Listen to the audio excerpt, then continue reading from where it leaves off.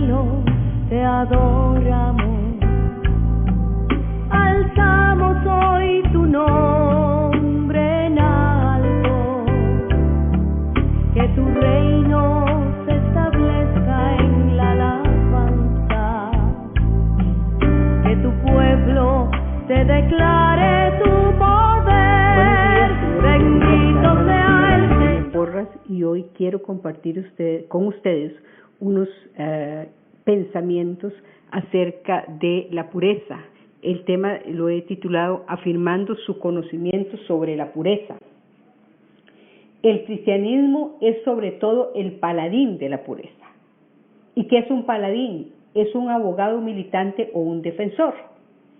El cristianismo es sobre todo el abogado militante, el defensor de la pureza. Mi pregunta es, ¿cuenta todavía pureza con ese paladín, con ese defensor? En teoría sí. Jamás ha habido un defensor de la pureza más valiente que el cristianismo. Nada puede compararse al poder de Cristo cuando se trata de limpiar una vida. Su fuerza libertadora ha roto el yugo de la esclavitud al pecado.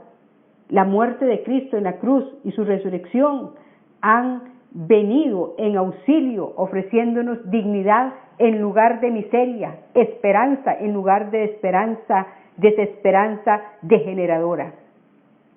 No es que el cristianismo haya perdido su eficacia a través de los años, sino que más y más cristianos optan por un nivel más bajo cuando se enfrentan a la elección entre vivir en pureza moral que se expone en las Escrituras o seguir la corriente del mundo. La batalla de opciones no es nada nuevo. Dos porciones del Nuevo Testamento escritas en el siglo I describen de manera vívida esta guerra interna. Dice Pablo en Romanos 6:6, sabiendo esto, que nuestro viejo hombre fue crucificado juntamente con él, para que el cuerpo de pecado sea destruido, a fin de que no sirvamos más al pecado. Y en Romanos 6, 12 y 13 dice, no reine pues el pecado en vuestro cuerpo mortal, de modo que lo obedezcáis en sus concupiscencias, ni tampoco presentéis vuestros miembros al pecado como instrumentos de iniquidad, sino presentaos vosotros mismos a Dios como vivos de entre los muertos y vuestros miembros a Dios como instrumentos de justicia. Y en Gálatas 5:17 el apóstol Pablo nos dice, porque el deseo de la carne es contra el espíritu y el del espíritu es contra la carne, y estos se oponen entre sí para que no hagáis lo que quisierais. Cuán equilibrada es la Biblia, mis hermanos, sin negar la lucha ni disminuir la fuerte atracción de nuestra carne, anuncia que no tenemos que ceder como si los cristianos fuéramos unos patéticos trozos de barro en las manos de la tentación. Hermanos, la tentación no es pecado. Jesús fue tentado en todo, pero sin pecado. En Santiago 1, verso 12 en adelante dice, bienaventurado el varón que soporta la tentación, porque cuando haya resistido la prueba, recibirá la corona de vida que Dios ha prometido a los que le aman. Cuando alguno es tentado, no diga que es tentado de parte de Dios, porque Dios no puede ser tentado por el mal, ni él tienta a nadie, sino que cada uno es tentado cuando de su propia concupiscencia es atraído y seducido. Entonces, la concupiscencia, después que ha concedido, da a luz el pecado, y el pecado siendo consumado, da a luz la muerte. Me llama la atención este verso 14, sino que cada uno es tentado cuando de su propia concupiscencia es atraído y seducido. ¿Y qué es concupiscencia? Las ganas de pecar que usted tenga. Hermanos, dice la palabra, les repito, que Jesús fue tentado en todo, pero sin pecado. Sí, el cristianismo sigue siendo el paladín de la pureza, pero los desafíos y los ataques contra esta jamás han sido mayores.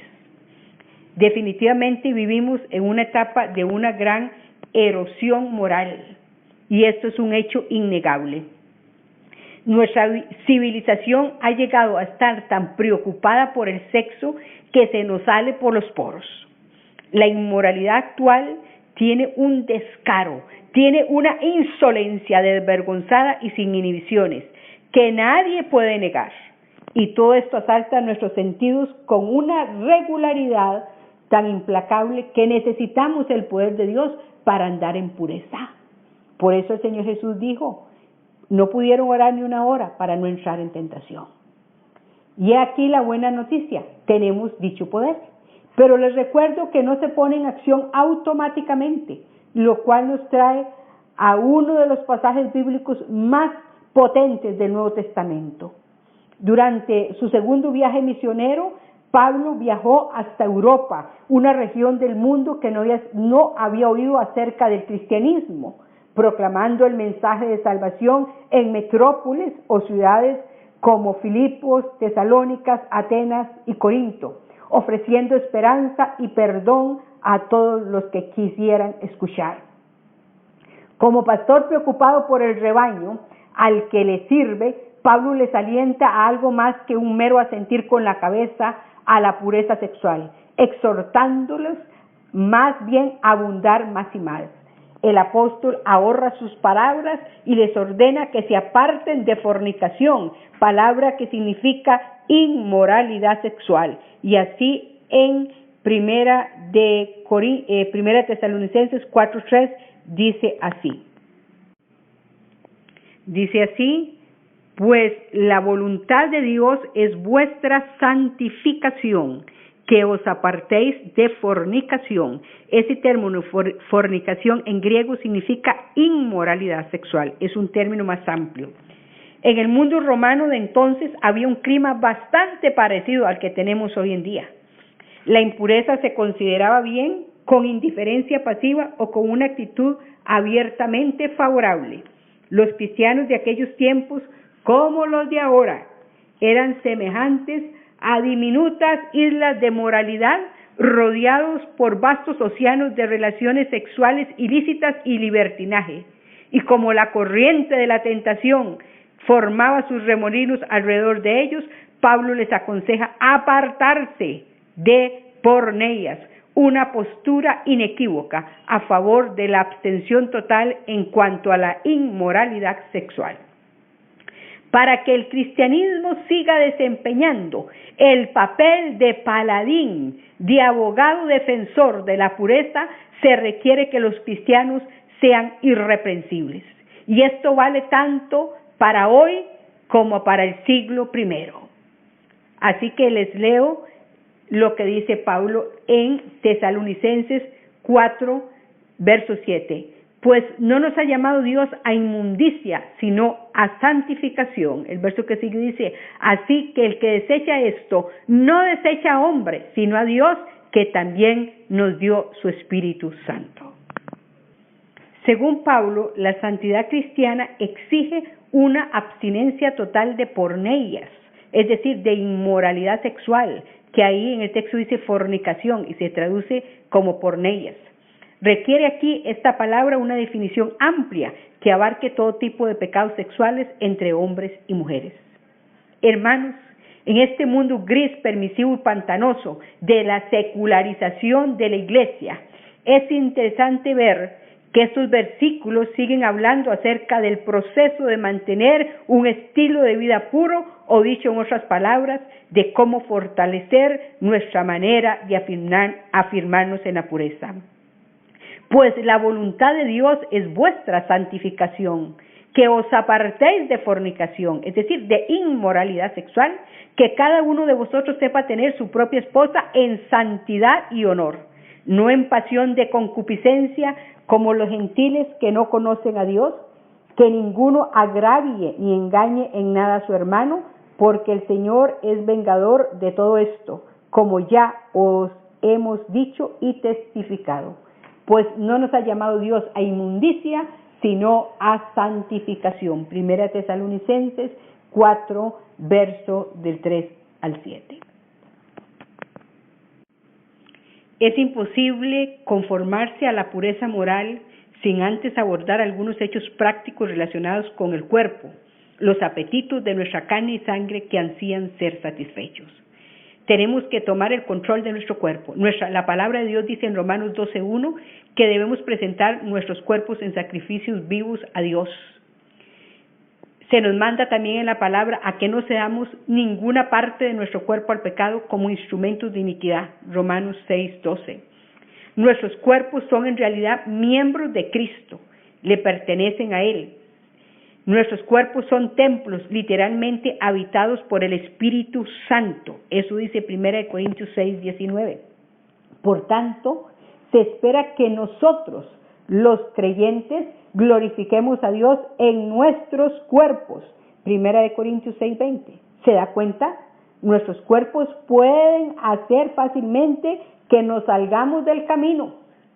Eso no quiere decir que el cuerpo sea malo en sí, sino solo que el cuerpo posee cierto número de apetitos que están listos para responder a los estímulos que nos rodean, todos los cuales son terriblemente atrayentes y satisfacen en forma temporal. La pureza sexual es una meta alcanzable, según 1 Tesalonicenses 4, versos 3 al 7.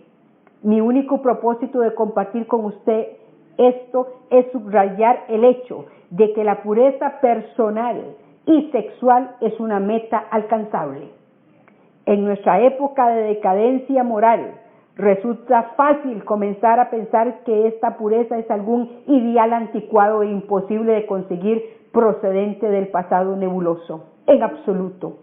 Escuche de nuevo el consejo eterno de la palabra de Dios.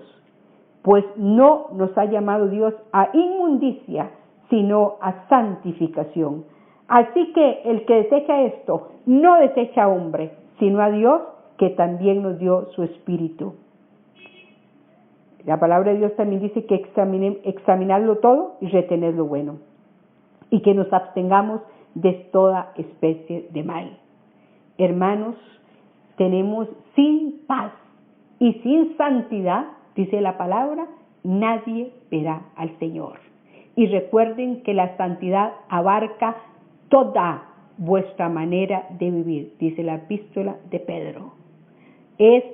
Tenemos que tener santidad porque Dios es santo. Hermanos, que Dios les bendiga y vamos a orar.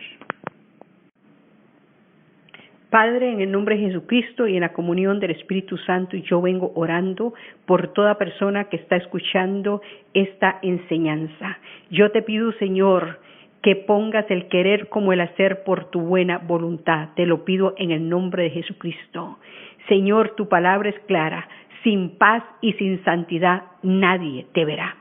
Señor, yo te pido que esta palabra sea una palabra rema, una palabra viva, una revelación a nuestro espíritu y que cada día nos santifiquemos en toda la manera de vivir y en el ámbito sexual.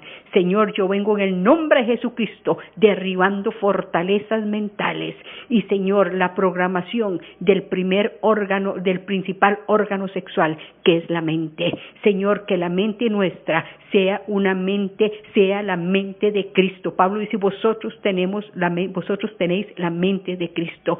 Que nuestra mente sea una mente renovada, transformada, con tus pensamientos y nuestra manera de vivir sea santa. Señor, gracias en el nombre de Cristo Jesús. Amén.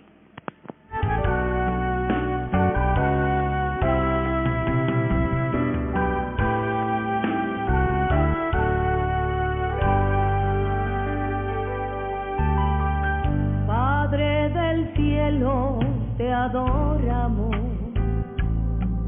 Alzamos hoy tu nombre en alto, que tu reino se establezca en la alabanza, que tu pueblo te declare